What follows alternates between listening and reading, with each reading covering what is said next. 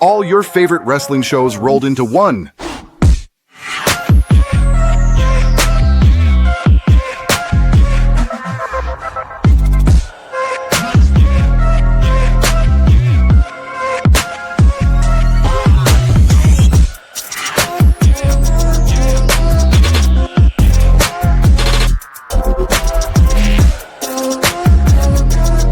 Welcome to the WeBookIt Podcast. Let's start the show.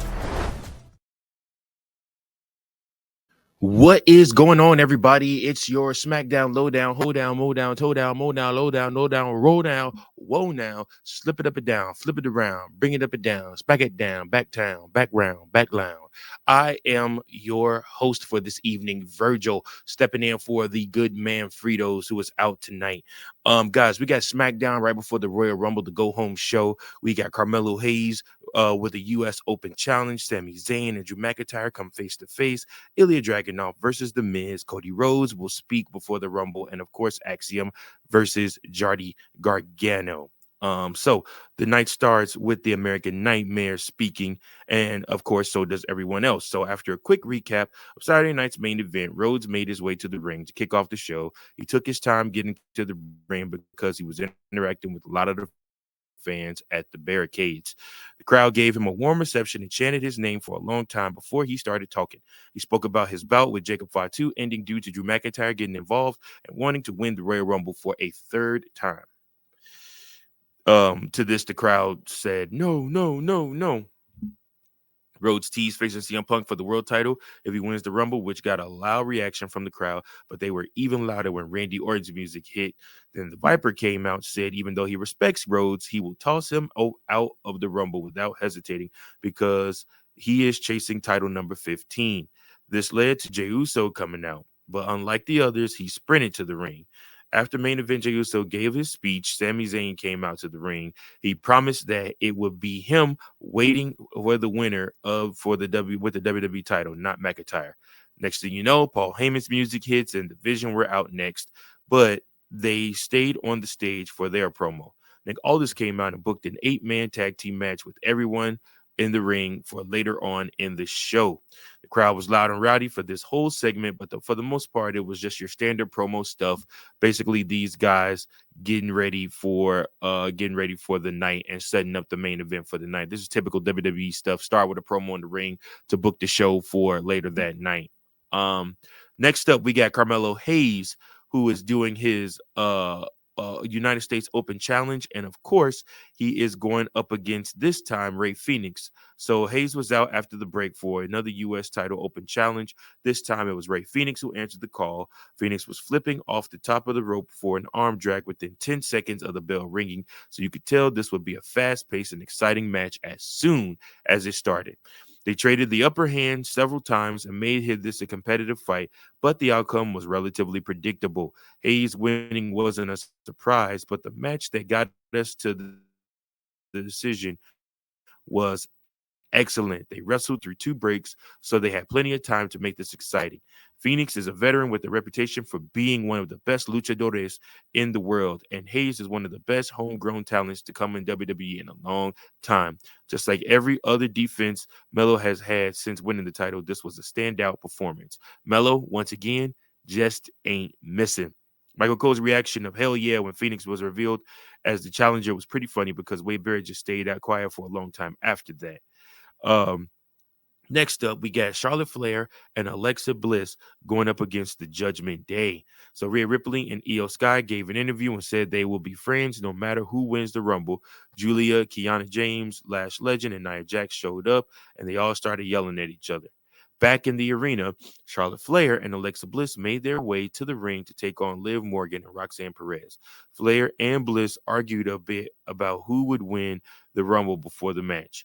Morgan and Perez tried to avoid having this bout, but Aldis came out and made sure it happened. We returned from a break to see the match already in progress. They battled through another break, so even though we didn't get to see how the match started, it felt like we had enough time with this one. These 4 women have crossed paths several times, so they have a level of comfort working with each other, allowing them to put on a solid performance. Morgan and Flair were standouts to their respective teams. After Vakir showed up to neutralize Raquel Rodriguez, Bliss hit Perez with a sister Abigail for the win. Should also put them in line for a tag team title match too, since they did just beat them. So we'll see what happens with that. But they also brought back a old segment that they used to do, showing guys picking their number for the Rumble ahead of time. So they showed Damian Priest pick his number, and he did not look happy with the number that he pulled to enter the Rumble. So maybe he got number 1 or number 2. We'll see what happens with that. McIntyre gave a backstage interview mocking Sami Zayn for getting himself in a big tag match the day before the biggest fight of his life. So, like I said, we'll see what happens with that. Next up, we got Axiom versus Johnny Gargano. Johnny, once again, is on his own.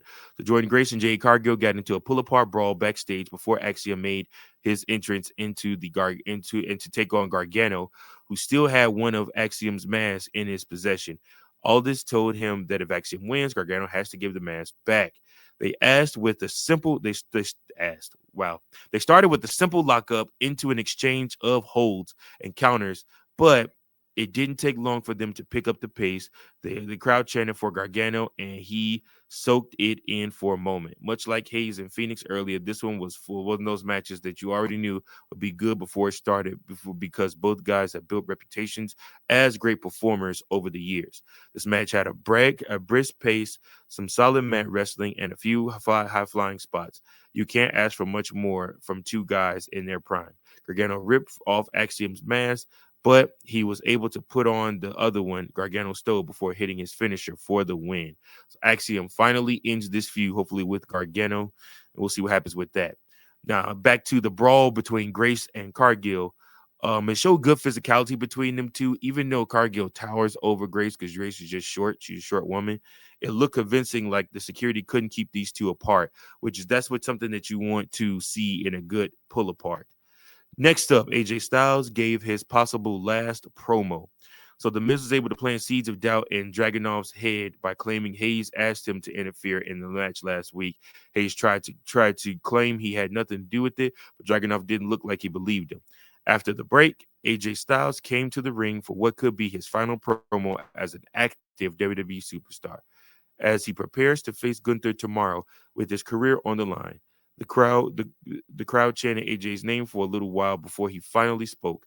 He talked about being confident he will beat Gunther and be able to continue his farewell tour with matches against some of his other rivals. The ring general showed up and talked trash while standing on the announce table. Styles angered him by reminding him that he tapped out to the calf crusher, but he opted not to fight AJ and just walked away. So I don't know, guys. We'll see.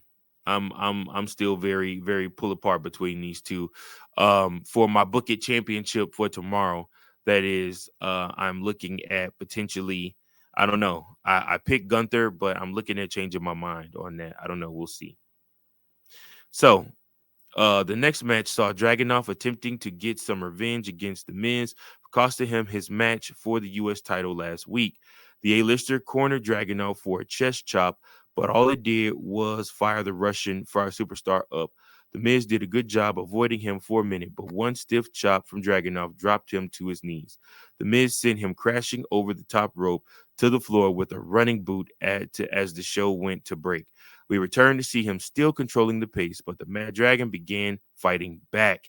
This wasn't as hard-hitting and as fast-paced as many of Dragunov's recent matches, but it still had some entertaining action.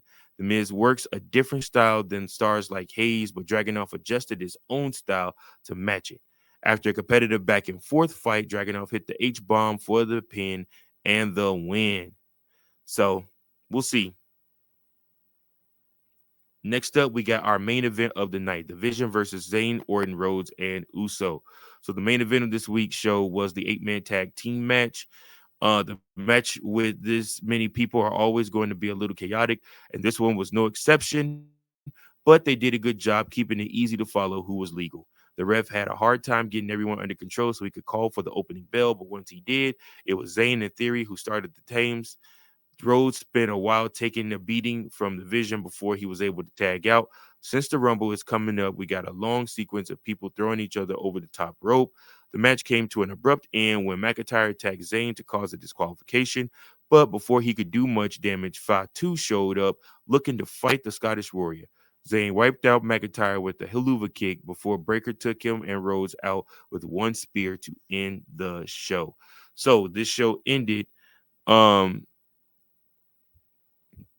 the show ended with Braun Breaker looking like he was going to be on top. I'm still of the mindset Braun Breaker is not winning the Royal Rumble. I believe Seth Rollins will show up and cost him that match, but we'll see what happens with that. So, guys, the Rumble is literally less than 24 hours away. Cannot wait for it. Hope you guys enjoyed the Royal Rumble too. Comment your thoughts on who you think is going to win the Royal Rumble down below. I appreciate you guys. Remember, keep those booking pencils sharp and keep on booking.